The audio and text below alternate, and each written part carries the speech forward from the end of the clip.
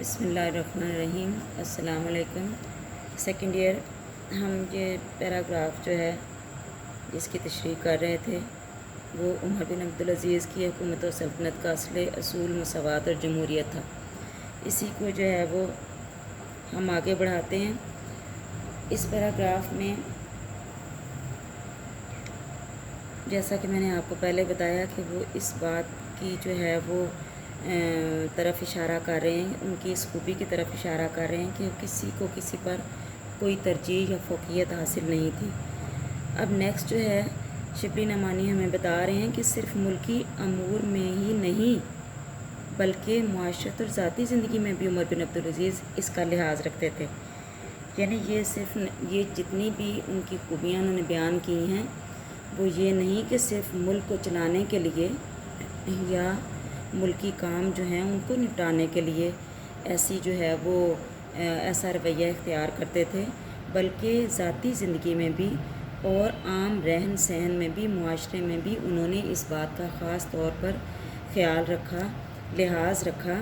کہ کسی جگہ بھی کسی کو جو ہے وہ کسی قسم کی جو ہے وہ